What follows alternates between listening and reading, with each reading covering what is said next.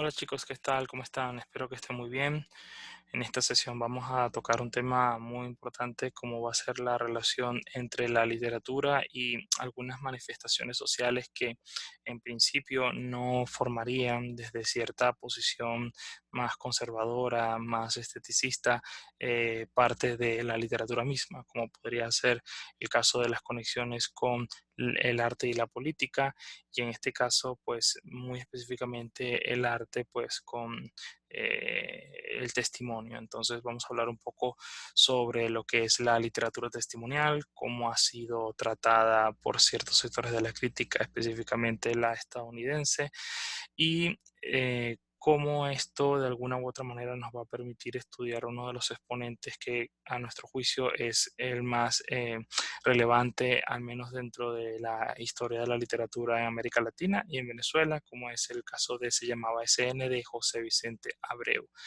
Así que sin más, vamos a ir poco a poco tratando este tema interesante y tomando en cuenta los tiempos que corren en el país, quizá de una vigencia mayor que en otros tiempos.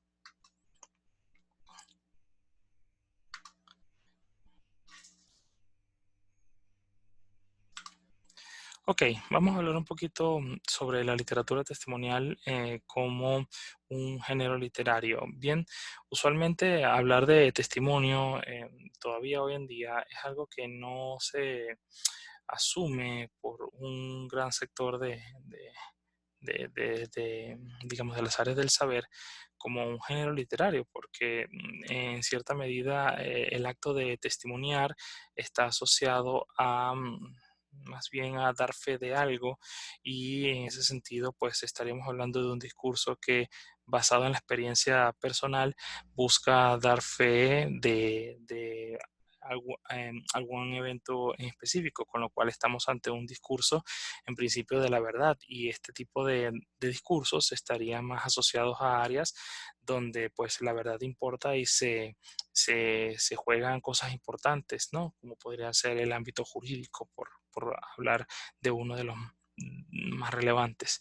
Sin embargo, vamos a notar que a partir de cierta época hubo algunos cambios con relación a los teóricos y a las personas que reflexionaban sobre la literatura, y van a tratar de asociar esto a un género literario en específico. Y esto es lo que de alguna manera voy a exponerles aquí en términos generales. Lo primero que tenemos que decir es que dentro de este cuerpo de investigadores y de teóricos que intentaron darle un estatuto genérico a esta idea de la literatura testimonial, señalan que hay una época en donde esto termina como explotando, y es en América Latina, sobre todo en la década de los 70. En este sentido, lo que están mencionando acá es que a partir de ese periodo hay una serie de cosas que empiezan a generarse en América Latina, que de una u otra manera empiezan digamos, a estimular la aparición de una serie de textos literarios que van a generar posteriormente la categoría de literatura testimonial. Por eso,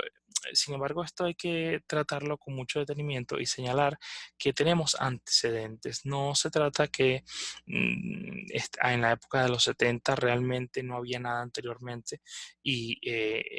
salió de manera milagrosa este tipo de relatos que vamos a tratar. Más bien podríamos decir que en la década de los 70 hay una mayor conciencia de este problema debido al volumen de relatos que empiezan a surgir y a la consistencia del problema político que empieza a tener América Latina, como va a ser el de las dictaduras militares. Entonces, básicamente, ¿de qué estamos hablando acá? Según algunos investigadores que mencionaremos más adelante, en América Latina, en la época de los 70, teníamos una proliferación de dictaduras militares. Y esto es algo muy interesante porque estamos entonces hablando de un continente con excepciones notables, donde en la mayoría de los casos van a vivir desde el punto de vista social y político, pues una suerte de trauma. Estamos hablando de gobiernos donde, como todos sabemos, se van a violar los derechos, digamos, fundamentales del ejercicio del poder, ¿no? En la política moderna, y esto va a generar básicamente un trauma social a través de las prácticas represoras que tienen pues las dictaduras en sus respectivos lugares, ¿no? La represión, la censura, la muerte de las disidencias, el exilio de muchas de estas personas. El punto es que cuando estas dictaduras eventualmente empiezan a caer,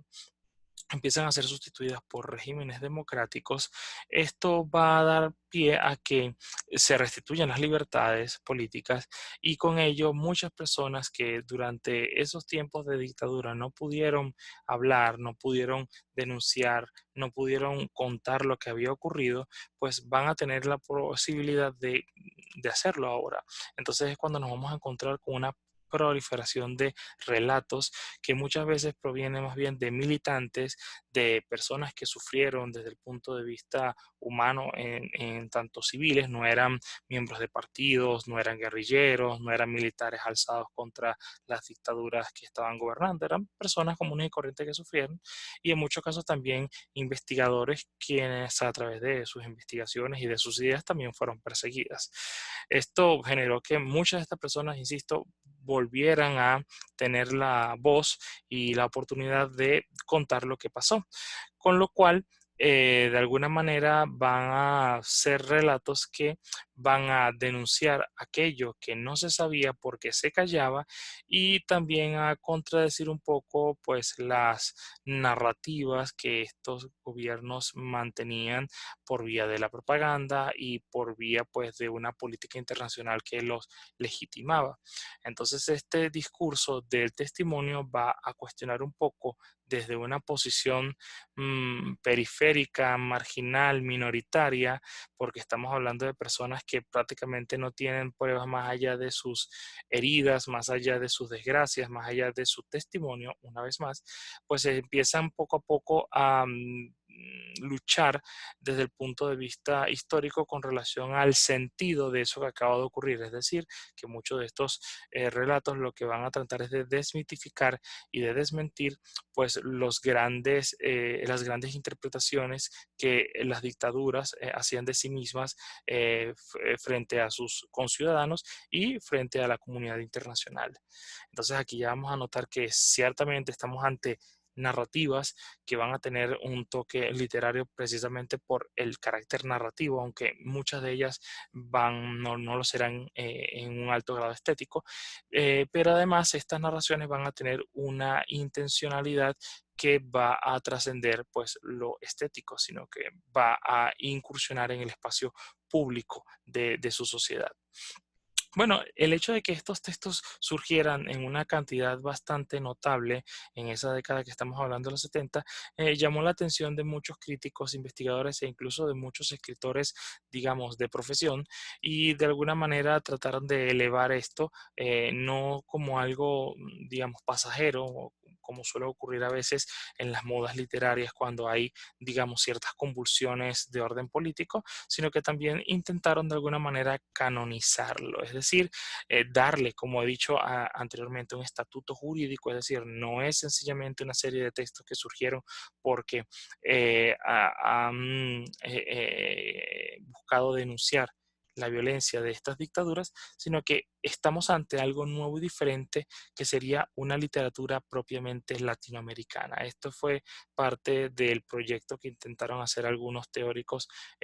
sobre todo desde Estados Unidos, pero no solamente desde Estados Unidos, porque aquí vamos a ver que, por ejemplo, una institución cultural muy famosa en América Latina en el siglo XX, que es el Casa de las Américas, es una institución cultural cubana, va a ser de alguna manera el bastión o el epicentro que va a buscar estimular la producción de estos textos a lo largo de las décadas para digamos, darle partida de nacimiento a este género. No olvidemos que una de las características de los géneros literarios es que tienen una serie de patrones, una serie de rasgos temáticos, discursivos, que se van a repetir y se van a reproducir a lo largo pues, de la comunidad lectora, ¿no? Es lo que hace que, por ejemplo, en algún momento dado, la literatura caballeresca fuese un género muy importante y eventualmente muriera. ¿Por qué? Porque deja de ser producida, leída y difundida entre la comunidad lectora. Aquí se intentó un poco hacer lo mismo, de, digamos, de acentuar, impulsar y de alguna manera robustecer algo que había nacido de manera espontánea, ¿bien? Entonces, por eso hablo de que una de las características que va a tener con esta institución es fortalecerlas a través de crear formas homogéneas. Cuando ellos crean, por ejemplo, el concurso Casa de las Américas, establecen una serie de bases con las cuales van a ellos definir qué van a entender por literatura testimonial. Eh, Tampoco fueron muy rígidos, realmente fueron tan abiertos que en parte eso podría ser una de las causas por las que vale en el futuro este género no logra de alguna manera cuajar como otros géneros que son mucho más estables y robustos. Pensemos en la novela negra, por decir un ejemplo. La producción constante sí la van a mantener porque el concurso de Casa de las Américas cada cierto tiempo se va a celebrar, no va a tener tanta regularidad por razones también de orden económico que va a tener Cuba en su momento, pero sí va a honrar de alguna manera esa convocatoria. Entonces vamos a estar, por lo menos durante buena parte del siglo XX, todavía se sigue celebrando, por cierto, pero ya no tiene la repercusión que tenía en su momento. Hay una producción constante y en la medida de lo posible también una difusión masiva porque sabemos que la literatura necesita pues ser consumida, ser leída, ser decodificada por los lectores y de así de alguna manera pues mantener viva este tipo de discursos. Cabe destacar que estamos hablando de un periodo donde hay una gran lucha ideológica entre el bloque liberal democrático que está pues de alguna manera representado en Occidente con los Estados Unidos de Norteamérica y el bloque digamos comunista que está básicamente representado con la Unión Soviética en ese momento, que todo esto desemboca en la llamada Guerra Fría. Y Cuba, para el momento en que esto está ocurriendo, en la época de los 70, es uno de los lugares más importantes en América Latina precisamente por eso, porque está representando la lucha antiimperial frente a un enemigo histórico y todo este discurso que utiliza la izquierda ya anquilosado para referirse pues a Estados Unidos y todo esto que ya sabemos. Pero claro, para nosotros esto que nos puede parecer ya un poco caduco, ya bastante manido y en muchos sentidos ya desmitificado y comprobada su ineficacia, en este momento es más bien todo lo contrario, es la gran esperanza y una vía alterna frente a pues este pensamiento antiimperialista que estaba muy vivo y muy sentido por parte de la intelectualidad latinoamericana. Como les estaba mencionando anteriormente, básicamente este término es un producto de las universidades norteamericanas que tienen una serie de características básicas, pero la más importante es que estos autores, y hablo básicamente de uno que logró cohesionarlo lo mejor posible, aunque posteriormente sus teorías sobre la literatura testimonial fueron muy cuestionadas y hoy en día prácticamente está en desuso, al menos como programa, lo que este personaje propuso llamado John Beverly. Sin embargo, todos estos personajes son académicos que beben de las fuentes filosóficas del marxismo y una de las cosas que van a tener los académicos influenciados por el marxismo en los Estados Unidos es que van a cambiar o reformar las formas de conocer o las formas en las que operan estas disciplinas en Estados Unidos porque van a volcar los estudios ya no a las formas literarias clásicas y canónicas, sino que también van a incorporar como objetos de estudio elementos que habían sido rechazados precisamente por no ser solemnes, por no ser propiamente literarios, por estar ajenos a la idea de literatura, y entonces aquí vamos a ver una serie de renovaciones como los estudios culturales que van a incorporar otros aspectos al estudio académico por un afán también de renovar y de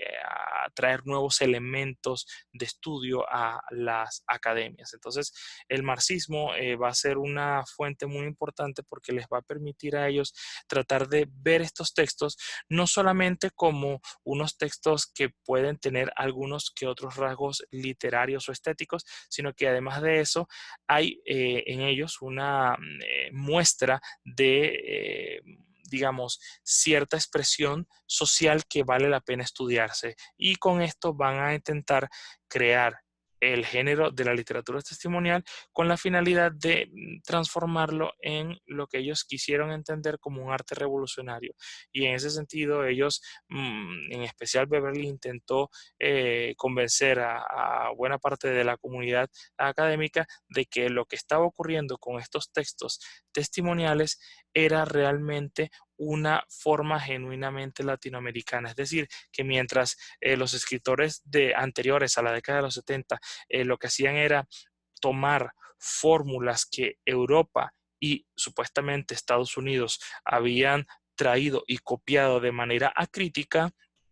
esto que estaba ocurriendo era por primera vez la forma nacida digamos, desde las entrañas del suelo latinoamericano. Entonces esta idea se buscó más bien, este discurso se buscó vender como la primera expresión genuinamente de estas tierras. Obviamente todo esto resultó ser un fracaso y se demostró que mucho de lo que él buscaba defender teóricamente también estaba anclado en basamentos un poco cuestionables. Él, por ejemplo, va a tomar un texto que en el siglo XX tuvo mucha repercusión, que se llama Me llamo Rigoberta Menchú y así me surgió la conciencia, en el cual tomaba pues el relato de una activista muy famosa de Centroamérica que se llama Rigoberta Menchú, y después se demostró con una investigación mucho más rigurosa pues que mucho de lo que ella había testimoniado realmente era falso. Entonces esto va a poner en entredicho parte de la teoría que Beverly señaló. Sin embargo, no deja de ser relevante traer a colación esto porque de alguna u otra forma permitió que otras maneras de escribir literatura fueran incorporadas a las academias como objetos de estudio y así entender con mucha mayor amplitud pues el proceso histórico literario que ha vivido nuestro continente.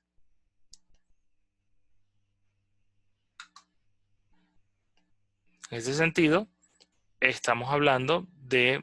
algunos cambios importantes. Hoy en día, si hablamos de la literatura testimonial, podríamos decir que en general está en desuso. Sin embargo, hay excepciones en las que el término testimonial todavía forma parte del discurso literario. Por ejemplo, hay espacios en el mundo en donde la violencia de las dictaduras que todavía existen estimulan que muchos escritores incurran en lo testimonial en sus obras, como está ocurriendo de manera incipiente, por ejemplo, en Venezuela, con toda la crisis que ha generado el chavismo a nivel político-social. Vamos notando, por ejemplo, que muchos discursos, no solamente ya cronísticos, sino propiamente literarios, están comenzando a incursionar en la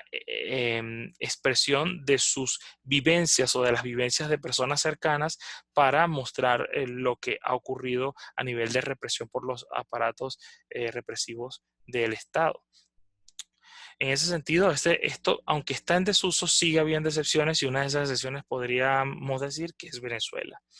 Esto obviamente se entiende en una sociedad latinoamericana que es mayoritariamente democrática y donde ya este tipo de discursos no tiene esa necesidad de surgir. La mayoría de los relatos testimoniales surgen en momentos en donde la censura es tan grande y la necesidad de expresar este terror es también tan apremiante que pues no queda otra alternativa que emplear la narrativa. Hoy en día además tenemos otros discursos, otras tecnologías que facilitan y hacen mucho más potente y versátil ese mensaje, como son pues las telecomunicaciones comunicaciones y las redes sociales dentro de eso. Sin embargo, el discurso del testimonio, entendido como el relato del trauma que viven algunas víctimas o vivieron algunas víctimas dentro de estos regímenes de terror o estos regímenes dictatoriales, vuelven a ser reelaborados desde el punto de vista literario. Y esto lo podemos ver, por ejemplo, en algunas narrativas del Cono Sur. Específicamente estoy pensando en Argentina, donde algunos escritores que fueron que son hijos de padres que desaparecieron bajo la dictadura, toman a través de una novela e imitan pues parte de ese trauma que vivieron sus padres. Entonces, de alguna manera, estas personas que están escribiendo no están en un sistema dictatorial, pero tienen un pasado en donde perdieron a sus padres por esta crisis militar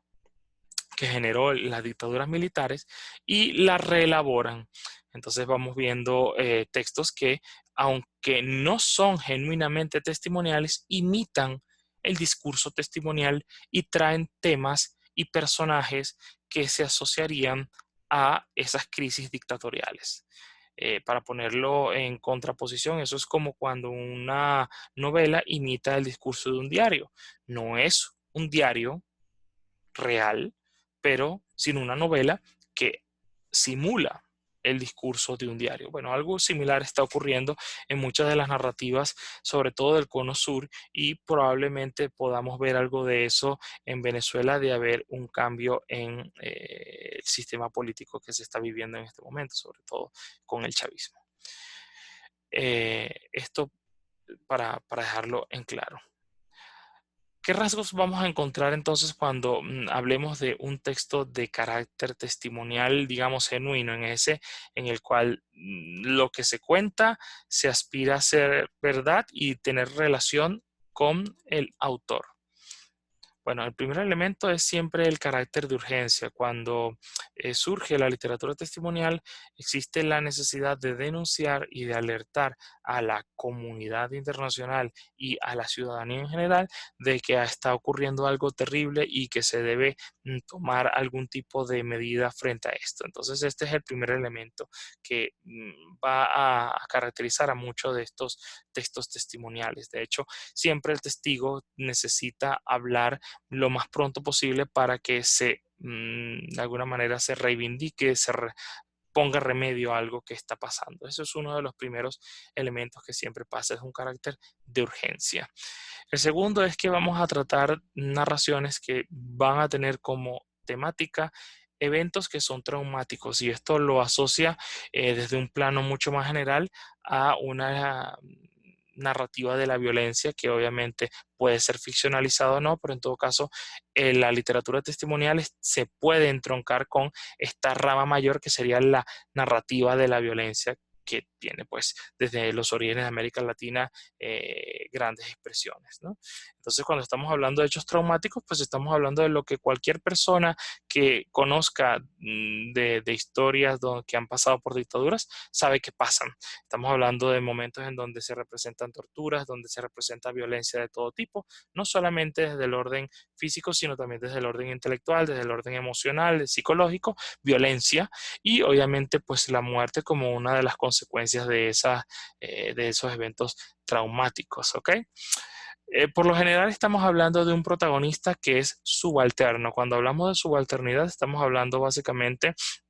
de un personaje que frente a la sociedad, frente a los valores que rige esa sociedad, frente a las jerarquías sociales que rigen esa sociedad, siempre está desde abajo. Hay muchas maneras de mantener una subalternidad, no hay una sola, aunque muchos de estos teóricos quisieron imponer una sola forma. Por lo general, el carácter iletrado fue el que se intentó imponer teóricamente como el requisito indispensable para hablar de subalternidad. Ciertamente, el ser un iletrado, ser una persona analfabeta, tiene un gran componente de subalternidad en una sociedad donde la mayoría de la población, dependiendo de los casos, está alfabetizada, y muchas veces el hecho de estar alfabetizado implica que hay detrás de su, digamos, detrás de su pasado familiar o detrás de su familia, pues a veces ciertos beneficios de orden económico, ciertos beneficios de orden social, racial en muchos casos. Pero no es el único caso. También puede haber subalternidad desde un punto de vista, por ejemplo, sexual. Las minorías sexuales que están en una posición de desventaja frente a una sociedad que no acepta eso y desde una posición, por ejemplo, del machismo, ataca, persigue, condena y de alguna manera denigra a sus integrantes, como también lo puede ocurrir desde un punto de vista político. El caso de que en una dictadura militar que tiene una serie de elementos ideológicos muy específicos en materia, pues, de políticas nacionales o de políticas económicas, persiga, cuestione,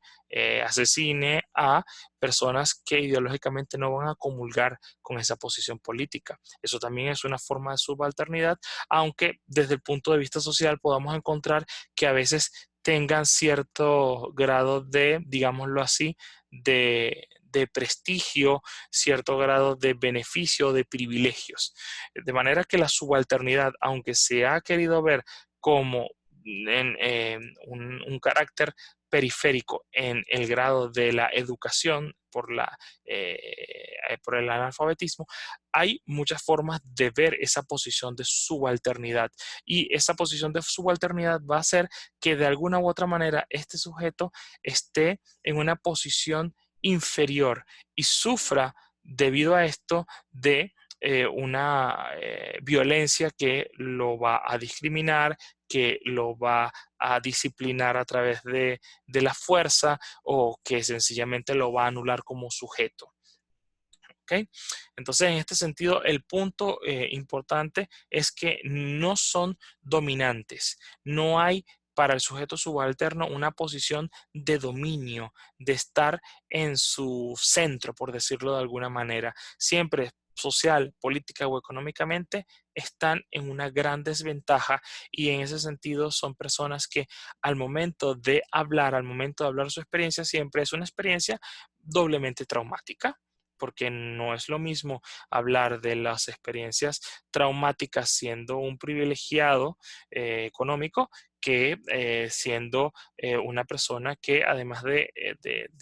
eso no tiene, no comulgas con el partido de turno, no tienes el sistema de valores de la misma gente que está de turno y por eso pues vas a sufrir la exclusión. Por lo general,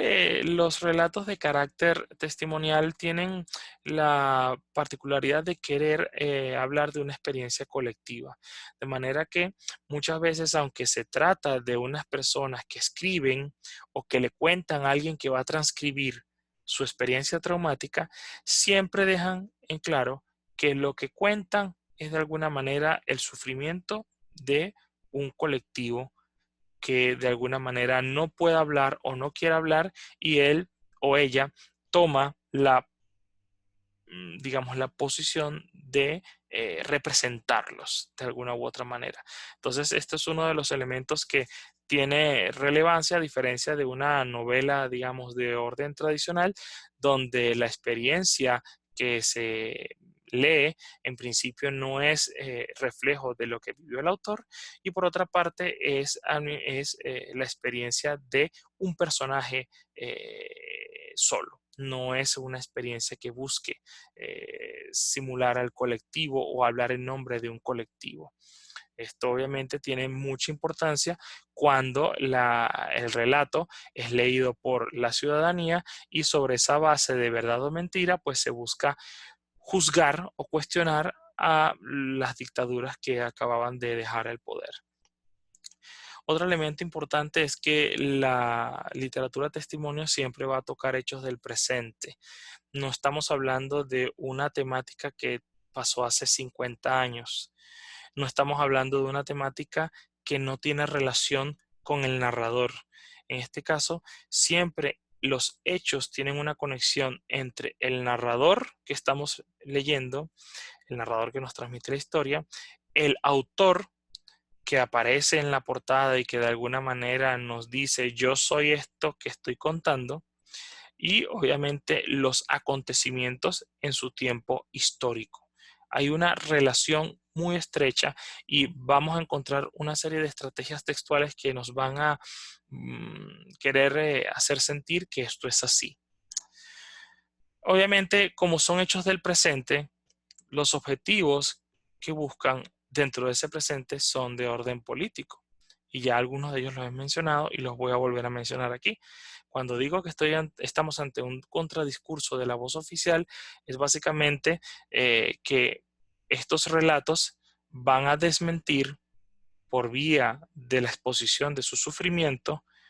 todo aquello que las dictaduras negaban que hacían. Y el caso, digamos, más común que vamos a ver es de dictaduras donde ocultan el hecho de que apresan a la disidencia, de que la tortura, de que la matan. Nada de eso va a aparecer en los diarios, por ejemplo, nada de eso va a ser denunciado por las comunidades internacionales, sino todo lo contrario, todo lo luminoso. Van a poner las calles que inauguran, las estatuas que inauguran, los índices económicos que puedan tener en caso de que lo hagan, el orden y digamos, el orden y el progreso que puedan tener las ciudades, pero no el lado oscuro y agresivo que tuvieron que implementar para eliminar cualquier tipo de disidencia o de acción indisciplinada dentro de su sistema de gobierno. Entonces, estos tipos de relatos funcionan como un discurso contrario a lo que dice la visión oficial, con lo cual, pues, a nivel de comprensión histórica, pueden ser materiales muy importantes para matizar o incluso negar lo que la visión oficial quiso haber dicho. Esto es importante tomarlo en cuenta porque muchas veces por asuntos de solidaridad ética y de necesidad también de orden político,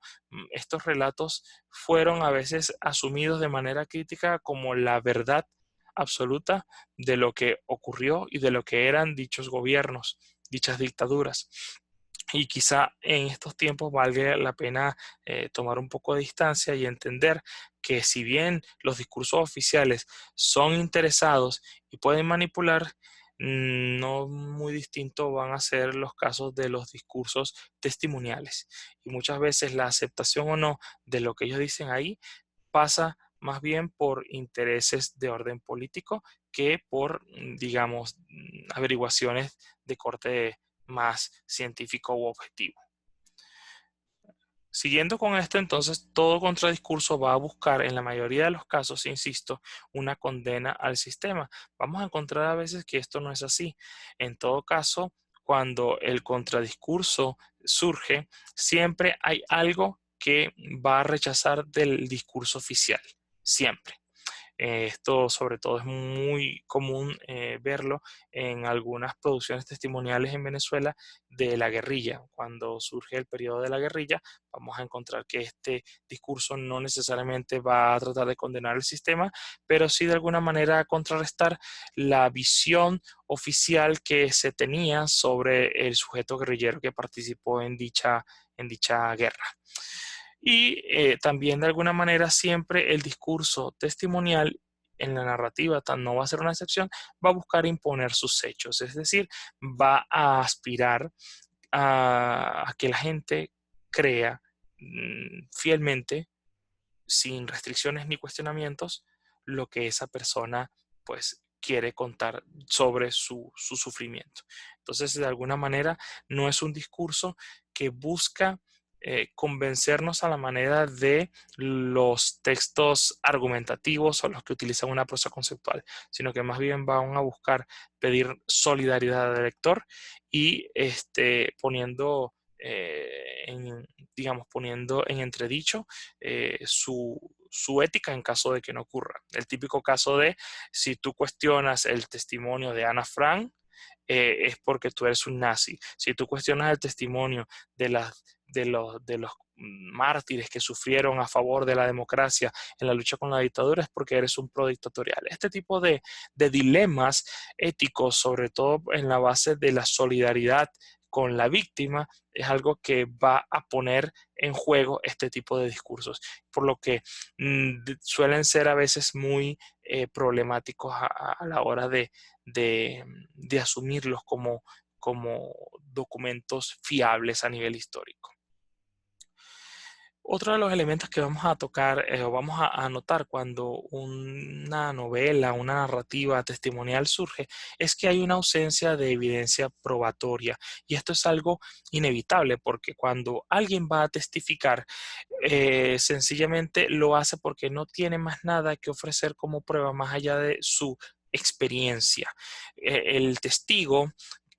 siempre es alguien que va a decir yo lo vi y yo lo viví. No va a decir yo tengo la fotografía, no va a decir yo tengo el video, porque si el video o la fotografía estuvieran, quizá no fuese necesario el testigo, porque hay pruebas u otras evidencias que de alguna manera pueden quitar la presencia del testigo.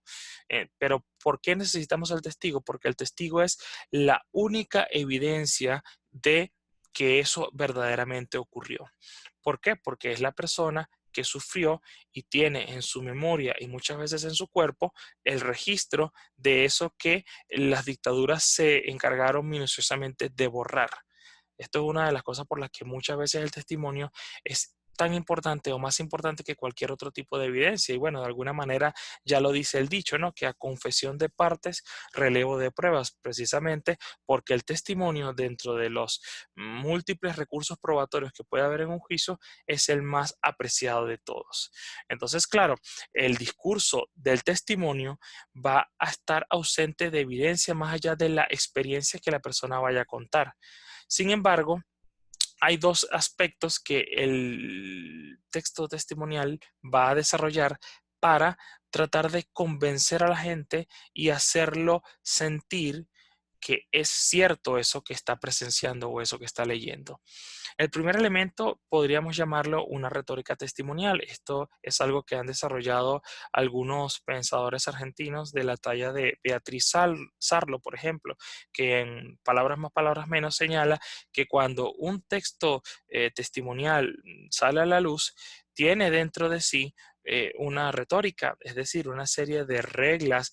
con las cuales ordenan el discurso, y ese ordenamiento del discurso está diseñado para que dentro del lector haya un efecto. Entonces, si por ejemplo un texto testimonial está hablando desde el punto de vista de la primera persona, la tendencia natural, esto no es novedoso, pero de alguna manera lo ve con mucha lucidez Sarlo en este sentido, el texto en primera persona va a tender a generar una sensación de cercanía con el narrador y en consecuencia un acto de empatía. Y en ese acto de empatía, ¿qué es lo que generamos? Pues una suerte de solidaridad y de sensación de realidad, de que eso que estoy viendo en el papel realmente pasó. Y no solamente pasó, sino que puedo hasta sentir que soy esa persona que está sufriendo. Es uno de los efectos propios de la primera persona del singular en una narración. Esto lo sabemos por lo menos desde que el Lazarillo de Tormes y la Divina Comedia de Dante empezaron a narrar los hechos en primera persona, ¿no? Esa confusión y esa cercanía entre los acontecimientos del personaje ficticio y el lector se achican de manera muy notable. Y el segundo aspecto, por ejemplo, cuando estamos ante una narrativa en tercera persona, pues ocurre lo contrario, estamos ante una narrativa que va a dar una sensación de distanciamiento y en consecuencia de objetividad que al momento, por ejemplo, de describir procedimientos de tortura o lugares marcados por la insalubridad y el diseño maquetado para torturar psicológicamente a la persona, pues da una sensación de fiabilidad y al mismo tiempo de objetividad, que no dejas de ser menos potente a la hora de creer en el acontecimiento que se va a narrar. Entonces, fíjense, acabamos de hablar de dos componentes esenciales que al ponerse en una narración generan una retórica. Creemos que es así, lo sentimos que es así, porque de alguna manera el discurso ha sido puesto de manera inteligente para que nos sintamos solidarios con el narrador. Y entonces aquí viene el otro elemento, que es la solidaridad social. Otro elemento que va a surgir necesariamente de eso. No podemos dejar de lado el hecho de que siempre en un testimonio hay una suerte de acto solidario, por la sencilla razón de que las únicas pruebas que tiene la persona para convencernos es algo que vivió y que de alguna manera está evocando a través del lenguaje. Entonces es un recurso, si lo vemos frente a otros, bastante débil y que requiere entonces de mucha mayor habilidad.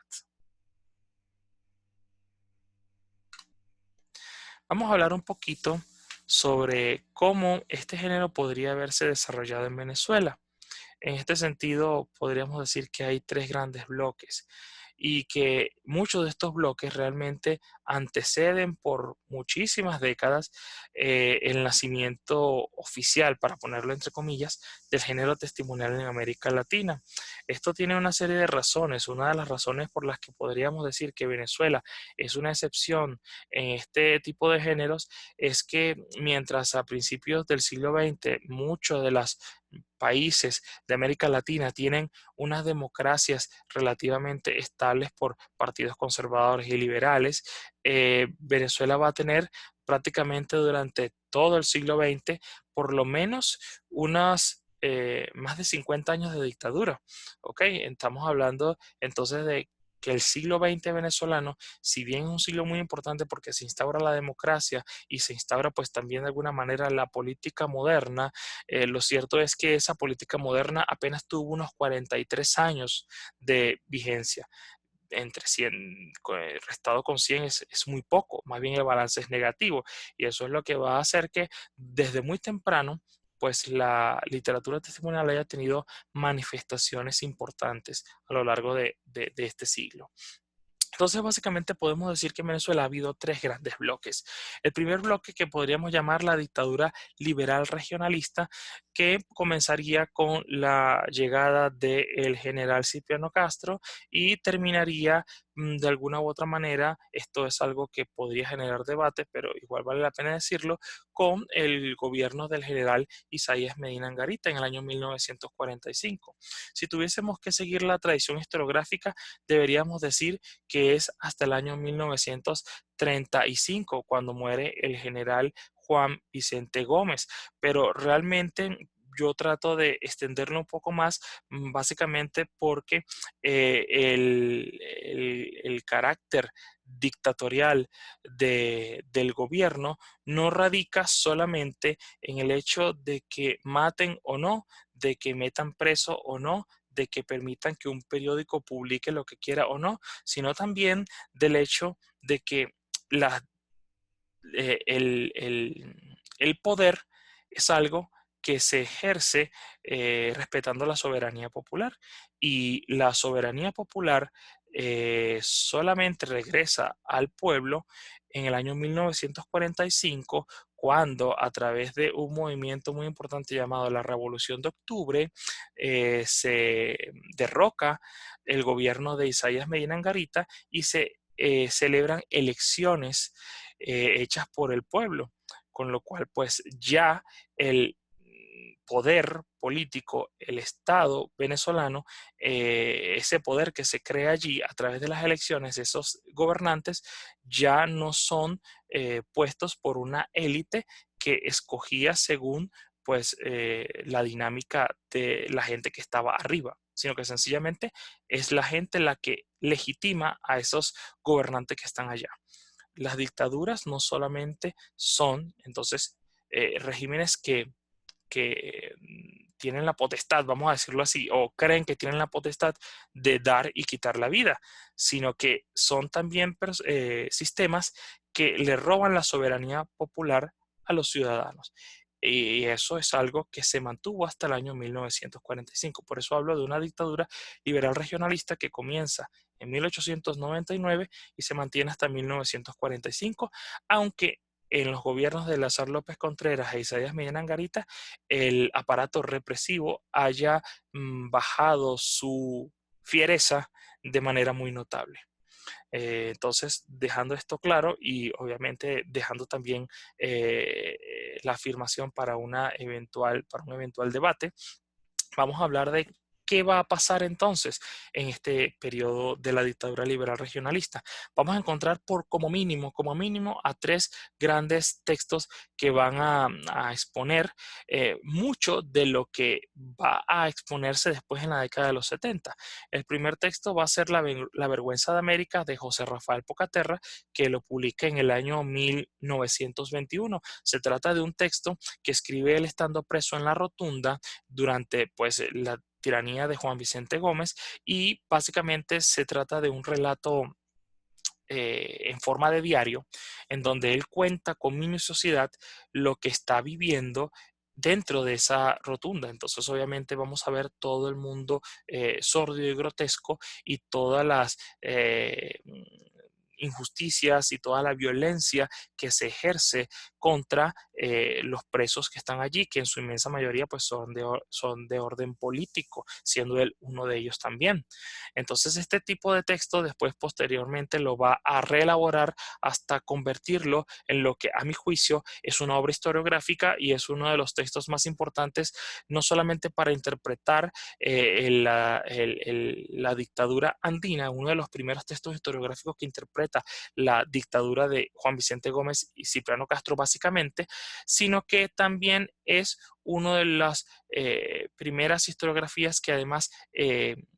catapulta lo que algunos han llamado la leyenda negra del gomecismo. Es decir, todo esto que usualmente ronda en el imaginario venezolano sobre Juan Vicente Gómez y los andinos en general, se le debe a este autor y otros autores como Rufino Blanco Fombona, que le dan eh, una suerte de eh, eh, estatus simbólico por excelencia del terror en la Venezuela del siglo XX. Obviamente vendrán después nuevos terrores, pero para el año 1936, que es cuando él publica Las Memorias de un venezolano de la decadencia, se pensaba que era el último terror que iba a vivir Venezuela. Bueno, siempre se puede estar peor. El segundo texto que vale la pena mencionar es En las huellas de la pezuña, escritos a cuatro manos, como se dice, entre Miguel Otero Silva y Rómulo Betancourt. Seguramente habrán escuchado estos nombres. Uno es uno de los escritores más importantes del siglo XX y fundador pues del diario El Nacional, y Rómulo Betancourt pues prácticamente pues un político muy importante, también historiador en su medida, y pues bien conocido como el padre de la democracia venezolana. Este escrito es del año 1929 y lo están escribiendo cuando participan en los eventos de 1928, que dentro de la historia política venezolana es muy importante, un episodio en donde los estudiantes pues luchan y se oponen a la dictadura un poco a la manera moderna de hacer política, no haciendo montoneras, sino protestando cívicamente en las calles, ¿no? Y a través de mítines. Este texto está en sintonía con lo que está ocurriendo con La Vergüenza de América, con la diferencia de que son autores que están escribiendo en el exilio, y de alguna manera ya el público es también de carácter internacional, una comunidad internacional mucho más nutrida que la que pudo haber tenido Pocaterra, quien escribe básicamente para Estados Unidos, y al mismo tiempo una suerte de alegato para pedir una alianza internacional que de alguna manera derroque o ayude a acabar con la tiranía que hay en Venezuela. Y otro texto que vale la pena destacar es Puros Hombres de Antonio Rice, muy famoso entre otras cosas porque crea los cuentos de Tío Tigre y Tío Conejo, tan populares dentro de la cultura venezolana. Y básicamente Puros Hombres es un texto que recrea desde el punto de vista literario pues su experiencia como preso también en prisión, y en este sentido es un poco más libre que La Vergüenza de América, y va en función de también liberar algo que psicológicamente afecta mucho a muchos de estos autores que elaboran textos testimoniales, que es la idea del trauma. Es decir, el trauma que viven bajo las dictaduras genera en ellos una carga psicológica tal que, aunque no tengan estos relatos un carácter estético, el caso de Antonio Ray sí lo tiene, dicho sea de paso, es necesario contarlos, sin no pues sencillamente quedan traumados, quedan, como dice él en el prólogo, con el alma emponzoñada, ¿no? Entonces un poco aquí sale una vertiente de esta escritura testimonial que también no solo es denuncia, sino también es exorcismo, es catarsis, es un poco escribir para aliviar el alma pues del peso de la amargura que genera todo este tipo de sufrimiento. Estamos entonces hablando de que al menos desde 1921 Venezuela tiene estos registros que, según la crítica de mediados del siglo XX, estarían comenzando en 1970. El otro bloque es el de la dictadura militar pretoriana. Podría haber hablado de muchos otros, pero realmente el texto que vamos a hablar hoy es el de Se llamaba SN de José Antonio Abreu, perdón, es José Vicente Abreu. José Vicente Abreu va a ser de alguna manera el gran exponente de esta literatura que va a condenar por vía de la narración la dictadura militar de los años 50, de la cual Marcos Pérez Jiménez fue la cabeza visible de ese cuerpo colegiado. Y finalmente podríamos hablar del periodo de las repúblicas democráticas, donde vamos a encontrar por una parte todavía movimientos o golpes militares, pero también vamos a ver, sobre todo en el periodo de la década de los 60, la lucha guerrillera de grupos armados influenciados por esta revolución cubana que ocurrió en el año 59. Entonces, veamos cómo aquí esta guerra interna que va a haber entre el sector gubernamental democrático, básicamente liderado por Rómulo Betancourt, quien básicamente luchó sobre todo con las intentonas militares, y después Raúl Leoni, quien va a luchar, su gobierno va a enfrentarse a la guerrilla como tal en estado puro y duro. Bueno, vamos a ver cómo muchos de estos textos van a tratar de reflexionar y de denunciar pues lo que ellos consideraban los abusos del régimen democrático. Entonces, claro, aquí vamos a tener textos como Teatro de Operaciones 3, que era básicamente uno de los lugares en los cuales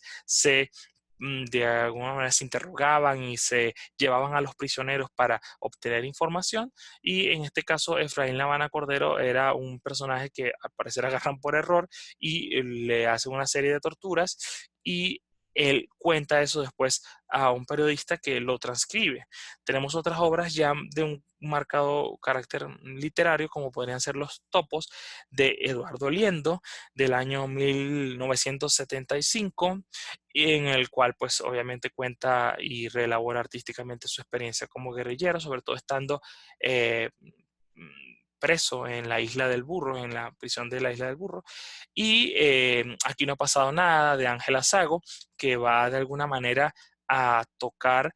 su experiencia estando en las guerrillas. Ella no fue prisionera, sino que fue básicamente una combatiente que estuvo en las montañas y eventualmente baja. Bueno, entonces vamos a ver aquí su experiencia como miembro activo. Y finalmente, pues tenemos a los cachorros del Pentágono de Ángel Raúl Guevara, en donde vamos a notar que aquí sí hay algún tipo de denuncia al estilo de lo que veíamos en los primeros dos bloques sobre la dictadura, pues lo que ellos consideraban la dictadura de la democracia representativa. En cualquiera de los casos, aquí vamos a encontrar varias formas de enunciar el discurso testimonial. Primero, tenemos el caso de gente como Ángel Raúl Guevara y Efraín Lavana Cordero, que van a condenar denunciando los atropellos que dicen haber vivido, y de alguna manera pues cuestionar el carácter democrático de estos sistemas políticos. Pero también vamos a tener el caso de gente como Eduardo Liendo y Ángela Sago, que al hablar desde una posición de la derrota, porque no podemos olvidar que las guerrillas en Venezuela no solamente fueron derrotadas políticamente e ideológicamente, sino que prácticamente fueron acabadas como organización operativa, a diferencia de otros países donde las guerrillas no suelen ser derrotadas y funcionan hasta el día de hoy como, aunque en manera minoritaria, ¿no? Como podrían ser las FARC, entre otras.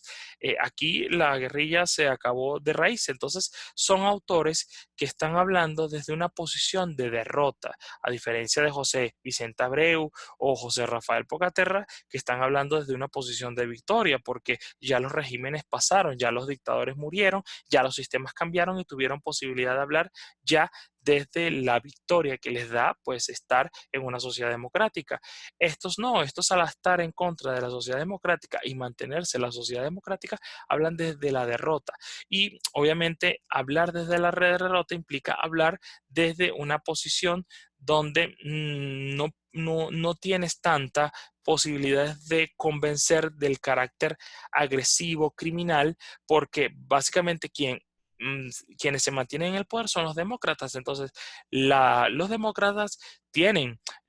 a través de los discursos como por ejemplo de Rómulo Betancourt, la capacidad de imponer simbólicamente un sentido negativo a los guerrilleros. Entonces, durante mucho tiempo, hasta principios del siglo XXI, perdón,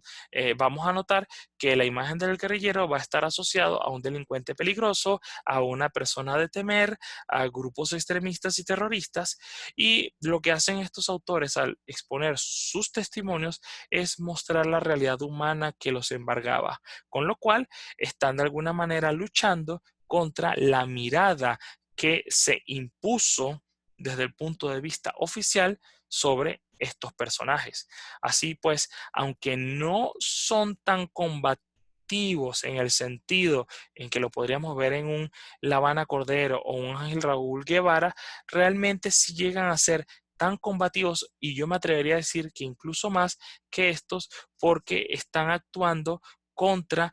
el discurso que se había impuesto hegemónicamente dentro de toda la sociedad. Entonces, aunque no son agresivos ni son violentos, el hecho de expresar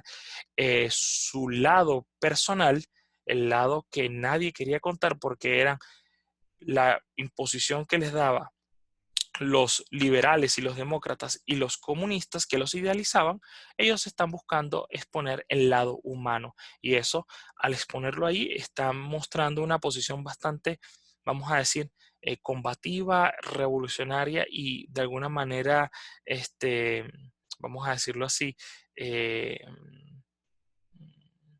subversiva frente a los grandes discursos que se estaban gestando en su momento. Estos son los tres grandes bloques que van a marcar el siglo XX, con lo cual podemos decir, al igual que muchos países de América Latina, que el género testimonial y el género que de alguna manera lo embarca, que son las narrativas de la violencia en Venezuela, pues tienen exponentes muy claros desde muy temprano el siglo XX. Ahora bien, tomando en cuenta esto que acabo de mencionar, vamos a analizar qué pasa con el caso de, se llamaba SN, de José Vicente Abreu. Vamos a estudiar por qué hizo posible la aparición de este género y de alguna manera cuál es el aporte que tiene esta obra a nivel literario, porque realmente la tendencia de la literatura testimonial es hacer primero hay mucha literatura testimonial, mucha literatura que busca representar la violencia, mucha literatura que se aprovecha de la coyuntura política para salir, digamos, a flote. Pero la gran mayoría de estas no tiene ni el carácter, digamos, estético, ni mucho menos la elocuencia para buscar esos objetivos políticos que mencionamos anteriormente. José Vicente Abreu con esta obra es uno de los pocos que lo logra y es lo que vamos a estudiar de alguna manera a partir de ahorita. Vamos a ver entonces lo que serían las condiciones objetivas para su aparición. Es decir, qué tuvo que haber ocurrido desde el punto de vista contextual para que se llamaba SN surgiera como surgió. El primer punto que tenemos que tomar en cuenta es que al menos desde 1863 hay un decreto de garantías que hace Juan Crisóstomo Falcón, que decreta y que de alguna manera podríamos decir que articula la aspiración democrática en los venezolanos tal cual lo conocemos hoy. De hecho, si ustedes leen ese decreto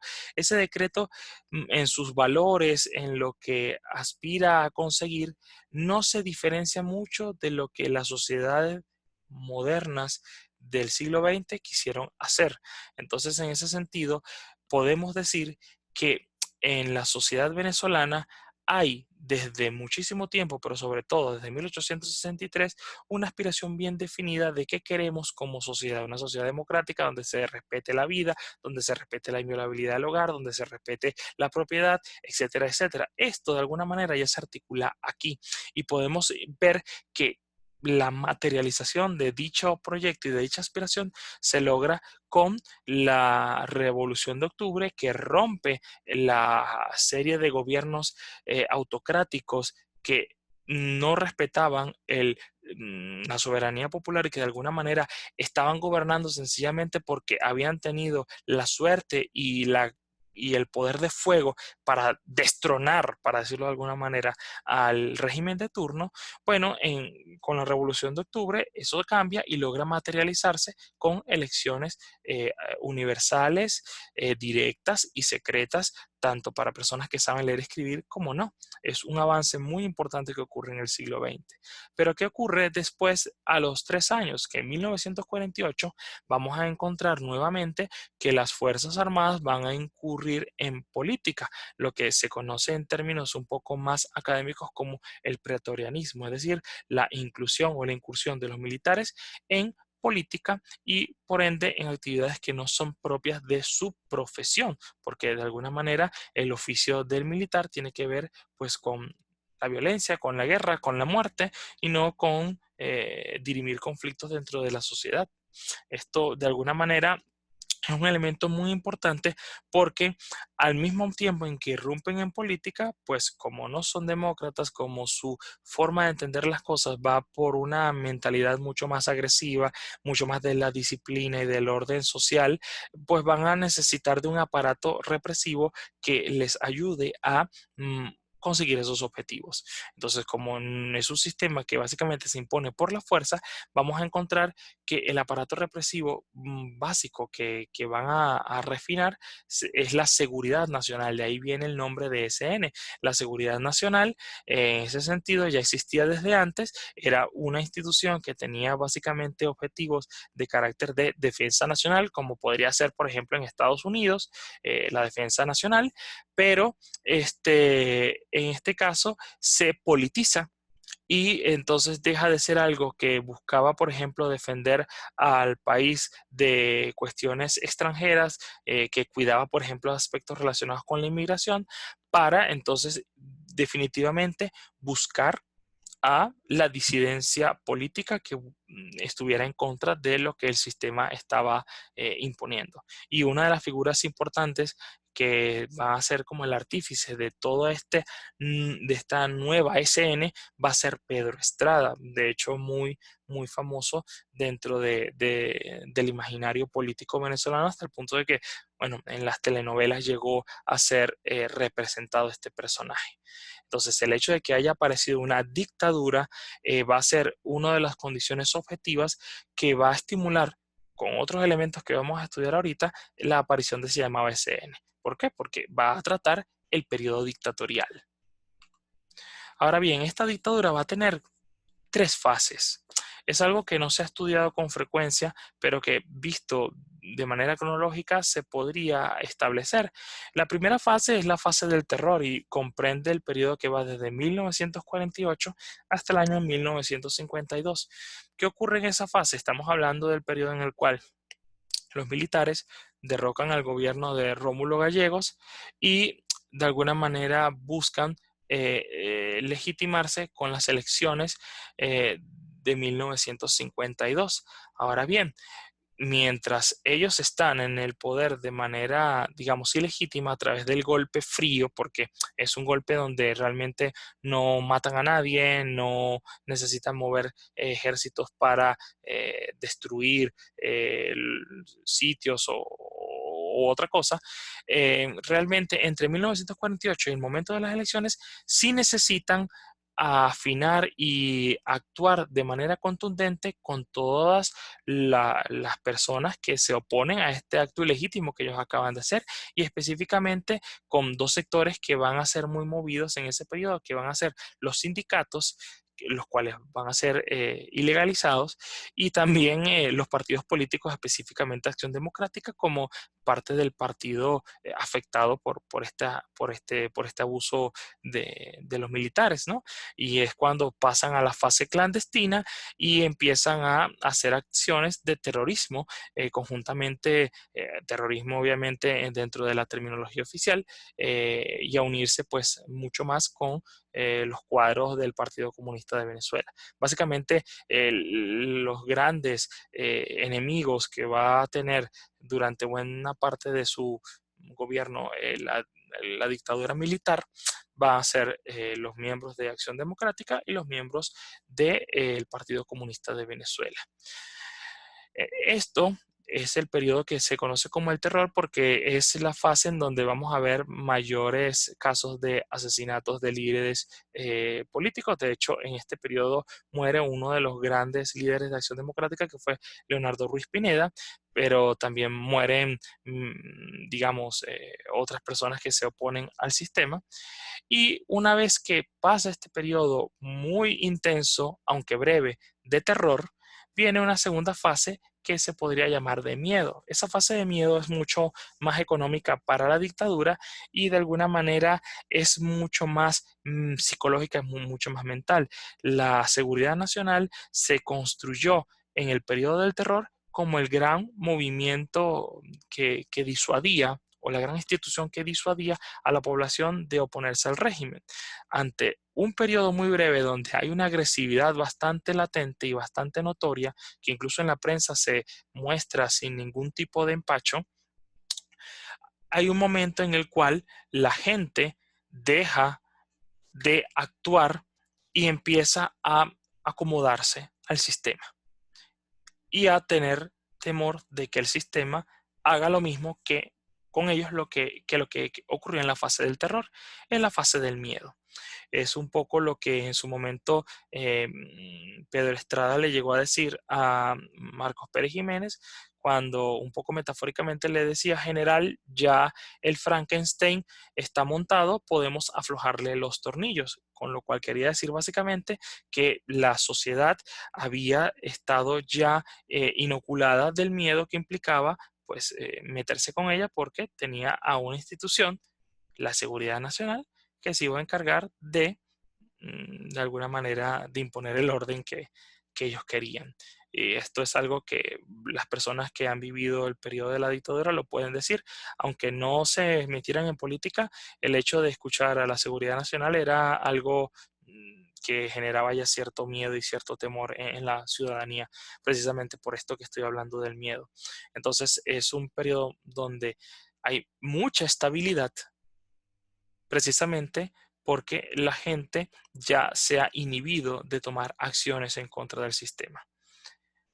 Y obviamente podríamos llegar en la última fase, que es una fase de crisis que es muy breve y en muchos sentidos inesperada por la intelectualidad política venezolana. Y básicamente esta es la parte que algunas personas y los historiadores se encuentran un poco en desacuerdo. Hay una teoría que es la que se mantiene, que establece que el 23 de enero es un movimiento de carácter cívico-militar en el cual de alguna u otra manera los militares van a sentirse indignados ante un déspota pareciera violentar los principios democráticos a la vez que aumentar la corrupción en el país. Lo que parecieran olvidar a veces estos historiadores es que esos mismos militares que se oponían el 23 de enero a lo que estaba pasando, fueron durante casi 10 años los mismos que estuvieron bajo los beneficios de esta dictadura militar y no se opusieron cuando en 1948 hicieron el movimiento que hicieron. Hay unas teorías más contemporáneas que buscan cuestionar esta idea y tratan de explicar que esta crisis que va a tener la dictadura militar se debe básicamente a lo siguiente. Cuando Pérez Jiménez se monta en el poder como la cabeza visible de ese cuerpo corporativo, lo está haciendo precisamente porque los militares como camada lo escogen a él y hacen la acción de manera en conjunto. Y lo que ocurre es que para el momento de 1957-58 debía haber elecciones. Y en esas elecciones, como buen cuerpo corporativo que era, debía sucederle un militar. Y obviamente un militar pues de igual jerarquía que Pérez Jiménez. ¿Y qué es lo que va a hacer Pérez Jiménez? Pérez Jiménez va a violentar el pacto que tenía con los miembros de armas, con sus compañeros de armas, y va a establecer un plebiscito en el cual le va a decir básicamente a la ciudadanía, ¿ustedes quieren que yo siga gobernando un tiempo más o no? Y como era de esperarse, la votación dio mayoritariamente que sí. Aquí hay un periodo donde entra en crisis el sistema militar, porque de alguna manera un miembro de la familia de armas va a violentar el pacto de mando entre ellos. Y es entonces cuando de alguna manera surge el movimiento del 23 de enero, que realmente es un momento que surge el 1 de enero. Y esto muestra que de alguna manera las fuerzas militares buscaron enmendar y corregir aquello que Pérez Jiménez quería de alguna manera desviarse, es decir, atender el gobierno de manera personalista y no de manera corporativa como había sido establecido en el movimiento de 1948. Y hay otras evidencias que muestran que esto tiene mucho sentido y es que cuando Pérez Jiménez decide irse derrocado por este movimiento militar que no lo apoya, la junta que se monta inmediatamente después es absolutamente militar. No hay ningún miembro civil y no es sino gracias a la protesta y a la presión que ejerce la sociedad civil que logran sacarse a unos cuantos militares eh, acusados de haber estado formando parte del status quo perejimenista y logran incluir a 2 civiles. Igual sigue siendo, pues, de alguna manera una minoría, pero es como enmendar un poco la plana, para decirlo en términos informales. En todo caso, esto nos habla de una serie de fases por las que va a pasar la dictadura pretoriana desde 1948 hasta 1958 y nos permite entender que José Vicente Abreu va a pertenecer a la primera fase. Él va a estar prisionero en el año 1951, con lo cual su actividad política se relega a este periodo, porque los siguientes va a estar prácticamente preso y exiliado en otro país. Esto nos permite entender un poco también el tipo de narrativa tan violenta que va a caracterizar el testimonio de Abreu. Ahora vamos a ver cuáles son las condiciones subjetivas, porque si bien es cierto que puede haber dictaduras y puede haber momentos de traumas sociales, también queda por parte del escritor decidir si escribe sobre eso o no, si le interesa hacerlo público o no, si de alguna manera eso sirve como material literario o no. Entonces también junto con las condiciones objetivas que tendrían que ver un poco con el contexto, debemos estudiar también cuáles fueron las condiciones subjetivas que estimulan la aparición de ese llamado SN. ¿Y qué es lo que encontramos cuando vemos la vida de José Vicente Abreu? Lo primero es que estamos ante un hombre que estuvo marcado políticamente desde sus orígenes hasta el final de su vida, aunque al final el activismo lo abandona progresivamente. Al comienzo de su carrera política era miembro de Acción Democrática, esto es un punto importante. Luego después lo va a abandonar estando ya preso y abraza el partido el PCB. Esto es un caso muy interesante que vale la pena estudiar porque fue algo que ocurrió cuando los miembros o los miembros jóvenes de Acción Democrática se mezclaron con los miembros del Partido Comunista. Esto va a tener unas consecuencias importantes en el futuro inmediato a la caída de la dictadura, que no vienen al caso, pero tienen que ver con miembros de AD que se pasan al Partido Comunista y de alguna manera debilitan los cuadros de Acción Democrática hasta bien entrado el siglo XX, no me atrevería a decir. La vocación, entonces, conjuntamente política de una persona que forma parte de la comisión de jóvenes de Acción Democrática y que tuvo, de hecho, contacto con Leonardo Ruiz Pineda. Es un hombre partidista que forma miembro de Acción Democrática y que va a estar luchando activamente con la dictadura hasta que es atrapado. Es un hombre que tiene entonces un compromiso político muy importante y al mismo tiempo tiene una vocación humanística. No olvidemos que es un profesor y es una persona que va a tener formación humanística en las áreas del periodismo y de la pedagogía y la literatura. Entonces, si bien es una persona que para este momento no ha escrito una obra como tal, no podemos decir que es un improvisado ni un advenedizo, sino más bien una persona que tiene una formación relativamente sólida en el área de la literatura y de la escritura también en general. Ahora bien, ¿cuáles son los objetivos políticos que vamos a ver acá cuando él quiera elaborarlo? Pues básicamente los mismos que hemos establecido anteriormente. Ahora bien, cuando se escribe el texto de Se llamaba SN, tenemos que tomar en cuenta que también este texto tiene una retórica testimonial, como lo hemos dicho anteriormente, y también tiene una manera de convencer al lector. Entonces, cuando nosotros leemos Se llamaba SN, hay una pregunta que aunque no la dice el autor ni la dice el editor, es importante que quede claro cuál es, y es cómo hacer ver que esto es verdad. Porque si se trata de una obra testimonial, la novela va a buscar decirnos de una u otra manera que la dictadura de Pérez Jiménez es una, fue un gobierno de criminales y que él es la prueba viviente de ello. Entonces, ¿cómo se logra mostrar que eso es cierto? Si lo único que tiene como prueba Abreu es su experiencia. Esto es un problema importante que incluso se va a reflexionar en la obra. Lo primero que va a desarrollar José Vicente Abreu es la presencia de paratextos. ¿Qué es un paratextos? Para decirlo en palabras breves, es aquello que está al lado del texto, es aquello que no forma, no es el texto, pero de alguna manera lo conforma. Si ustedes leen una novela, el texto es la novela, es el inicio, el capítulo 1, hasta el final, que son los paratextos. Son todas aquellas cosas que cuando nosotros las leemos, decimos dentro de nosotros, esto no es la novela. Esto de alguna manera nos ayuda a entender la novela, pero no es la novela. Por ejemplo, un título es un paratexto, porque nos presenta lo que vamos a leer, es decir, el texto. El índice es un paratexto, porque aunque no forma parte de la novela, nos ayuda a entender cómo está organizado el discurso de ese texto e incluso adelantar partes para poder ir a lo que nos interesa de ese texto.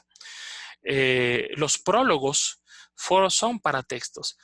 no son la novela, pero de alguna manera nos buscan dar fe de que lo que va a aparecer allí, por ejemplo, es cierto, o de que el autor que hizo esa obra en efecto es. Y así podríamos ver otras cosas como la portada del libro o la contraportada, que también a veces nos habla de qué es el texto, que incluso logra tener fotografías del autor. Entonces, todos estos elementos que son paratextuales se van a utilizar de manera muy inteligente para hacer sentir que este texto, aunque está muy bien escrito y se podría leer como ficción, no es en realidad ficción, es verdad. Y entonces por eso hablo de que los paratextos van a generar un efecto de contaminación del texto y a jugar con las categorías de verdad y mentira a las cuales la literatura está siempre expuesta. Entonces vamos a notar, por ejemplo, que a veces en la novela, cuando hablan de un personaje y digan el tuerto Matute, va a aparecer nada más y nada menos que una nota al pie de página. Y esa nota al pie de página va a hablar del tuerto Matute como un personaje real, dando descripción y fe de su vida y qué pasó con esa persona. Desde un punto de vista de lectura, estamos hablando de una contaminación porque cuando uno lee la novela, uno bien puede creer que esto es mentira, pero cuando incluyen estos paratextos, más bien lo que hacen es decirle al lector, todo lo que estás leyendo es verdad, no importa cuán bien esté escrito, es verdad.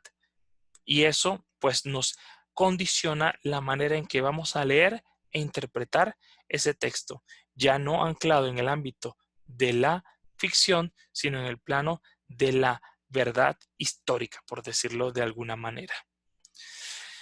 El segundo elemento tiene que ver con el estilo y se asocia a esto que ya mencioné anteriormente como la retórica testimonial. Voy a volver sobre esto y quizá poner algunos ejemplos dentro de la novela. El hecho de que encontremos una primera persona de un narrador que va a contar lo que pasa, nos va a generar el acercamiento psicológico que yo he mencionado anteriormente. De hecho,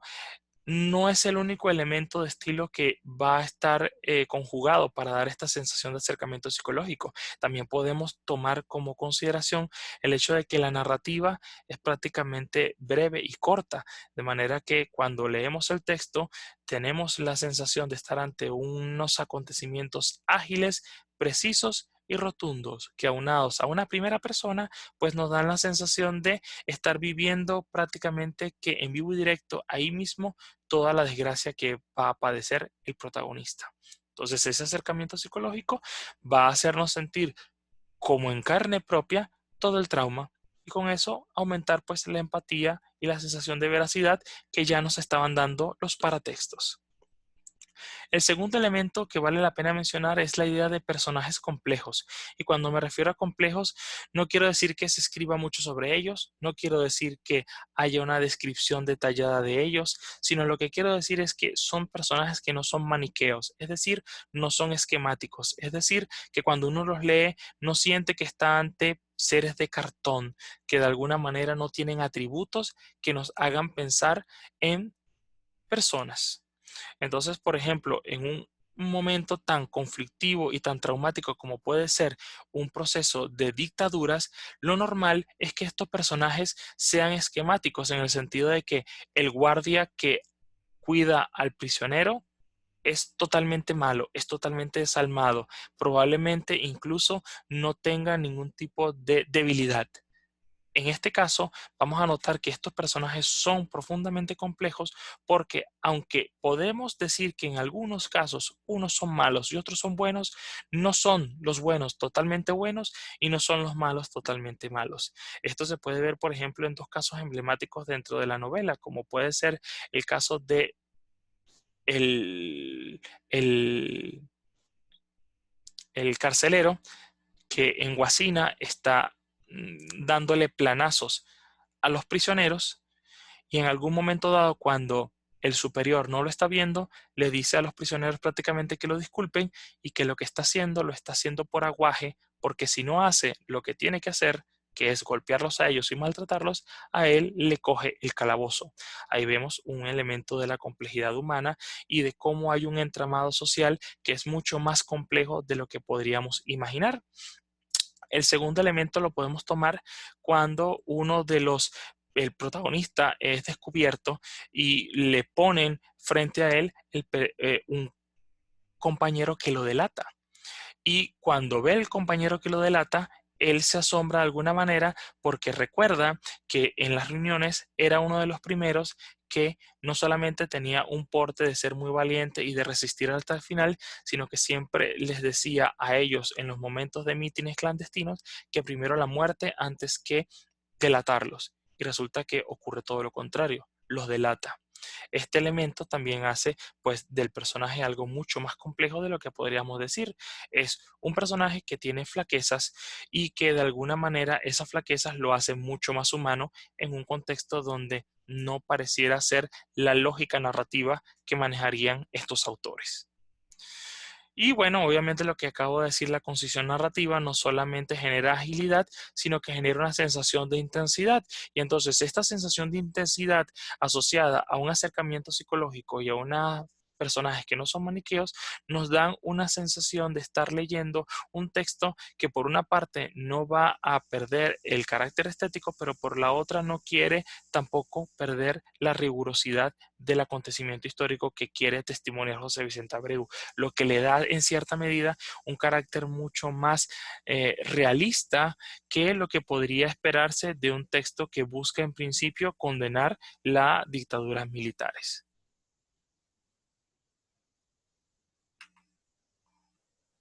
No olvidemos de todos modos que sigue siendo como objetivo principal dar un contradiscurso frente a lo que la visión oficial ha propuesto de sí misma dentro y fuera del país. No olvidemos que, por ejemplo, el mito del perejimenismo todavía está muy fuerte dentro de la comunidad venezolana. Bueno, quizá no digamos muy fuerte, pero sí persistente. Y esto no es algo que debería generarnos a nosotros algún tipo de desprecio. No olvidemos que las grandes tendencias siempre comenzaron desde cero o siendo básicamente expresiones de gente a las que no se le prestaba atención por locas, por inofensivas, etcétera, etcétera. Entonces, estamos hablando de uno de los grandes eventos históricos que dentro de la población curiosamente tiene mucha aceptación, como es el perijimenismo. Y el perijimenismo se encargó también de elaborar ese mito a través de la propaganda y a través, pues, de una sensación de seguridad absoluta puesta, pues, obviamente sobre la base del terror. Entonces, esto que está poniendo el perijimenismo sobre un gobierno ordenado, un gobierno donde la tecnología está llegando a todos lados, un gobierno que supuestamente está acabando con la pobreza y donde todo el mundo es feliz y de alguna manera han llegado a la modernidad tan deseada, pues realmente no es así. Al mostrar todo lo que está pasando desde el punto de vista de la represión y de los crímenes, en donde estos personajes están presos y no se les da la comida de vida, donde se les pone a trabajar de manera innecesaria hasta que se agotan y mueren por paludismo o por debilidad, nos habla pues del lado oscuro de ese proyecto que se vendía a sí mismo como luminoso. Entonces, en ese sentido, sigue habiendo aquí un carácter contradiscursivo que se acentúa sobre todo por las numerosas reediciones que empieza a tener el texto. Estamos hablando quizás de uno de los textos más reeditados en el tiempo y desde el punto de vista de número en la historia de la literatura venezolana. Y de alguna manera eso lo que ayuda es a que este discurso simbólico logre permear muchas generaciones para contrarrestar desde el punto de vista de la interpretación histórica lo que se ha entendido como el mito del perejimenismo. Y obviamente, que es el punto que deberíamos valorar al momento de estudiar la literatura, es uno de los pocos textos que va a combinar excepcionalmente la relación entre función social y estética, algo que no siempre los escritores logran mantener, porque la mayoría de los casos o el esteticismo termina tragándose lo social, y estamos ante un texto básicamente literario y que problematiza estéticamente el asunto social, que podríamos encontrarlo hoy en día con algunas narrativas de la violencia que ficcionalizan la violencia, o lo social termina tragándose lo estético y entonces hacen de la literatura un vector para transmitir propaganda o asuntos ideológicos. Y esto es uno de los elementos que hacen se llama BCN, no solamente un texto importante por su calidad literaria, sino sobre todo por la información y el impacto de esa información que ha generado dentro de la literatura venezolana. Y bueno, básicamente eso era lo que quería comentarles con relación al tema de la literatura testimonial y uno de los grandes exponentes, al menos en Venezuela, como fue, se llamaba SN de José Vicente Abreu. Si hay alguna pregunta que tengan, con mucho gusto se las atiendo y no me queda más que agradecerles por estar atentos a este video. Muchísimas gracias y hasta pronto.